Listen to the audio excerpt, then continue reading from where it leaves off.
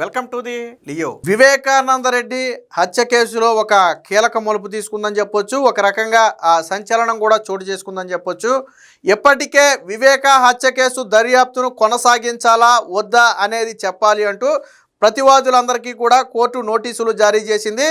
వివేక కుమార్తె సునీత మాత్రం ఈ కేసును కొనసాగించాలి, ఇందులో ఇంకా కొన్ని కోణాలు ఉన్నాయి, వాటిని సిబిఐ వెలికి తీయలేదు కాబట్టి ఈ కేసును కొనసాగించాలని ఇప్పటికే వివేక కూతురు సునీతారెడ్డి ఆల్రెడీ ఒక పిటిషన్ దాఖలు చేసింది మనందరికీ తెలుసు.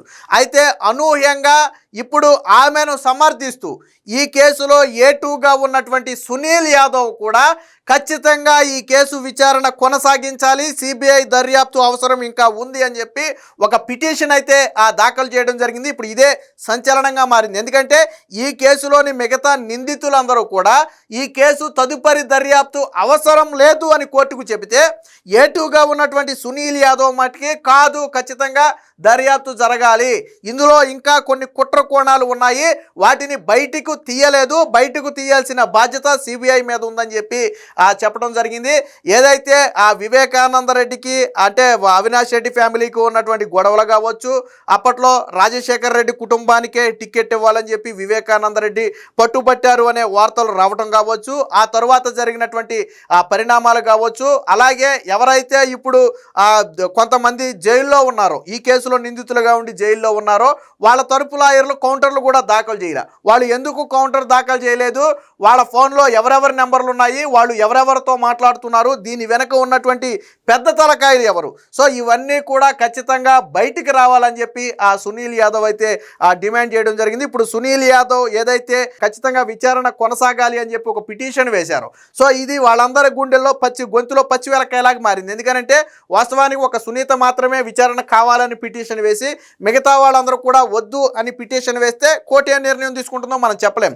బట్ ఈ కేసులో ప్రధాన నిందితుడు A2గా ఉన్నటువంటి సునీల్ యాదవే ఇంకా ఇందులో చాలా కుట్రకోణం దాగి ఉంది, చాలామంది తప్పించుకునే ప్రయత్నం జరుగుతుంది, కాబట్టి దీని విచారణ జరపాలి అని పిటిషన్ దాఖలు చేయడంతో పాటు సునీతమ్మ పిటిషన్ను నేను సమర్థిస్తున్నాను అని చెప్పడం ఏదైతే ఉందో అది ఒక రకంగా కొంచెం సంచలనంగా మారింది. అయితే దస్తగిరి సునీల్ యాదవ్ ఒకటే చెప్పాడు, ఏమని, నేను తప్పు చేశాను అని చెప్పను, చేయలేదు అని చెప్పను, బట్ ఇందులో ఇంకా కొన్ని కుట్ర కోణాలు బయటికి రావాలంటే సిబిఐ దర్యాప్తు అవసరం.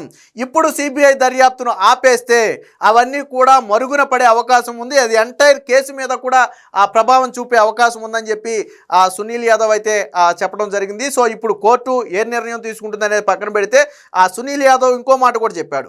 వాస్తవానికి వాళ్ళకు అనుకూలంగా అంటే అవినాష్ రెడ్డికి అనుకూలంగా ఉంటే ఒకలాగా ప్రవర్తిస్తారు, వ్యతిరేకంగా మాట్లాడితే మరొకలాగా ప్రవర్తిస్తారు, ఇప్పటికే 5-6 మంది అనుమానాస్పదంగా చనిపోయారు, కాబట్టి ఇప్పుడు నేను వాళ్ళకు వ్యతిరేకంగా కోర్టులో పిటిషన్ వేశాను కాబట్టి ఖచ్చితంగా నాకు కూడా ఈ రోజు నుంచి ముప్పు ఉంటుంది అని చెప్పి ఒక సంచలన స్టేట్మెంట్ కూడా సునీల్ యాదవ్ అయితే ఇవ్వడం జరిగింది. సో దీనికి సంబంధించిన ఒక వార్త అయితే వచ్చింది, ఒకసారి చూద్దాం. వివేక హత్య కేసులో తదుపరి దర్యాప్తు జరపాల్సిందే, సునీల్ యాదవ్ సంచలన కౌంటర్. సునీతారెడ్డి పిటిషన్ పై దాఖలు చేసిన A2 సునీల్ యాదవ్.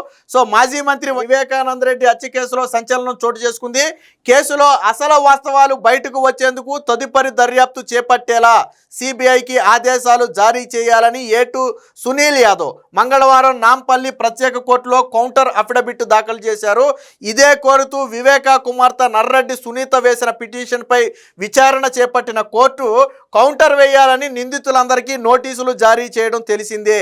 మిగతా నిందితులు తదుపరి విచారణ అవసరం లేదని నివేదించక సునీల్ యాదవ్ మాత్రం తదుపరి విచారణ చేపట్టాలని కోరటం విశేషం. దీంట్లో అంటే అందరి పాత్ర ఇందులో దేవిరెడ్డి శివశంకర్ రెడ్డి భార్య తులసమ్మ కూడా ఒక ప్రైవేట్ కేసు వేసింది, దానికి సంబంధించింది. అలాగే వివేకానంద రెడ్డి వ్యక్తిగత జీవితంలో కూడా కొన్ని వ్యవహారాలు ఉన్నాయి, సో ఆ కోణంలో కూడా కొంత విచారించాల్సి ఉంది. అలాగే దీని రాజశేఖర్ రెడ్డి కుటుంబం ఏదైతే వైఎస్ అవినాష్ రెడ్డి కుటుంబంతో ఉన్న రాజకీయ కక్షలు, అలాగే రాజశేఖర్ రెడ్డి కుటుంబంలోని సభ్యులకే కడప ఎంపీ టికెట్ ఇవ్వాలని చెప్పి వివేక పట్టుబడటం కావచ్చు. సో ఇలాంటి అనేక అంశాలలో ఇంకా స్పష్టత రాలేదు.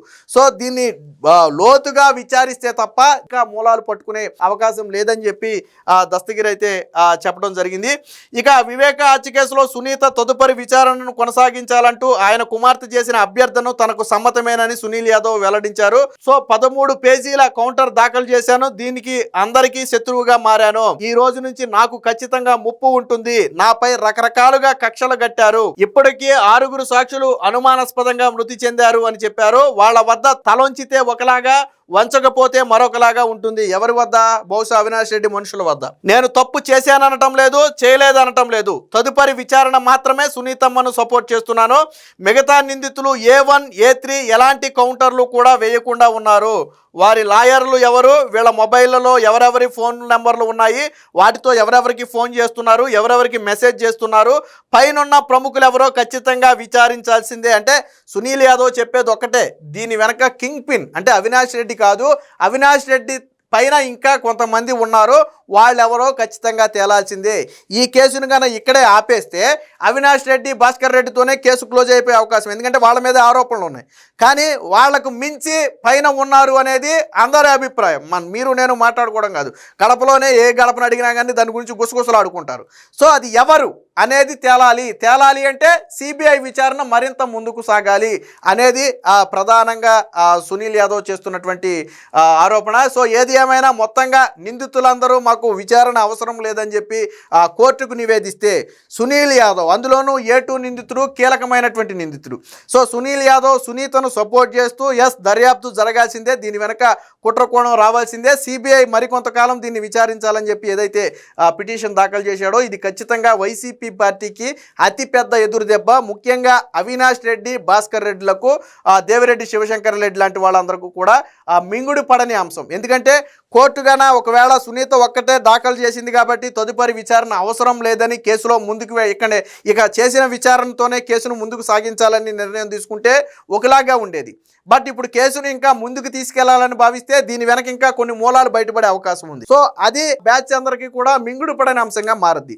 సో మొత్తానికి డెసిషన్ అయితే కోర్టు చేతిలో ఉంది. బట్ సునీల్ యాదవ్ అనూహ్యంగా దీన్ని సునీతను సమర్థిస్తూ విచారణ సాగాలి అని పిటిషన్ వేయటం అనేది వైసీపీ పార్టీకి అయితే మింగుడు పడని అంశము, అలాగే ఊహించని అంశం కూడా. సో మొత్తంగా ఆ వ్యవహారం మట్టికి మరొకసారి కీలక మలుపు తిరుగుతుందనడంలో సందేహం లేదు. ఏది ఏమైనా వివేకానందరెడ్డి హత్య కేసు అనేది ఇప్పుడప్పుడే ఒక కొలిక్కు వచ్చేటట్టుగా కనపడటం లేదు. ఇప్పటికే అవినాష్ రెడ్డి ఆల్రెడీ నిందితుడిగా ఉండి బెయిల్ మీద బయట ఉన్నటువంటి వ్యక్తి.